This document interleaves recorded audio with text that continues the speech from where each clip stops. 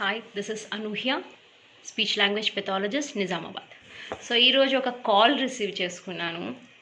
ఒక ప్లేస్ నుంచి కాల్ చేశారు. చాలా దూరం ఉంటాం మేడం, మీ నంబర్ దొరికింది. చైల్డ్కి ఇట్లా స్పీచ్ రావట్లేదు. సో జస్ట్ ఫ్యూ క్వశ్చన్స్ అడిగాను.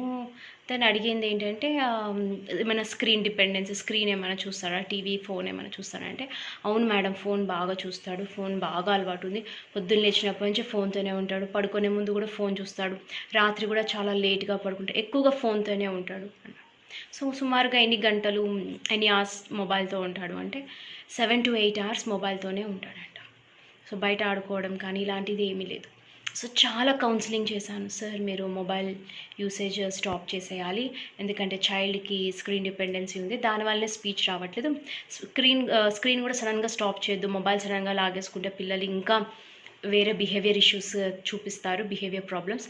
సో బెటర్ మీరు స్లోగా టైమింగ్ అనేది రెడ్యూస్ చేస్తూ ఇంకా 0 లెవెల్కి స్క్రీన్ టైం అనేది 0 లెవెల్కి తీసుకెళ్లేటట్టు ట్రై చేయండి అని చాలా కౌన్సిలింగ్ చేశాక ఆయన లాస్ట్కి ఏమన్నారంటే, మేడం సరే మీరు చెప్పినట్టు ఫోన్ వల్లనే ప్రాబ్లమ్స్ వచ్చాయి కదా, ఈ ఫోన్ తీసేసి పెద్ద టీవీ కొంటాను అన్నాడు. నేను మీకు ఇంతసేపు కౌన్సిలింగ్ చేసింది ఈ దేని గురించి సార్, అసలు ఎలాంటి స్క్రీన్స్ చూపియద్దనే కదా. బట్ ఆయన కన్క్లూజన్ ఏంటంటే, నేను చేసిన కౌన్సిలింగ్లో మిస్టేక్ ఉందా లేకపోతే ఆయన పర్సెప్షన్లో ప్రాబ్లం ఉందా అర్థం కాలేదు. లైక్ లాస్ట్ కంక్లూజన్ ఏంటంటే ఆయన ఒక పెద్ద టీవీ తీసుకుంటా అన్నాడు.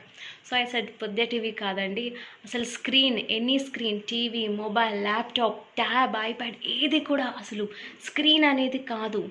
పిల్లలకి మీరే ఒక స్క్రీన్ అవ్వాలి. యూట్యూబ్లో ఎలా అయితే సాంగ్స్ వస్తాయి, రైమ్స్ వస్తాయి, డాన్స్ చేస్తారు, క్రాఫ్ట్స్ చేస్తారు, అలా ప్రతి ఒక్కటి మీరు మీ చైల్డ్తో ఇంటరాక్ట్ అవ్వాలి.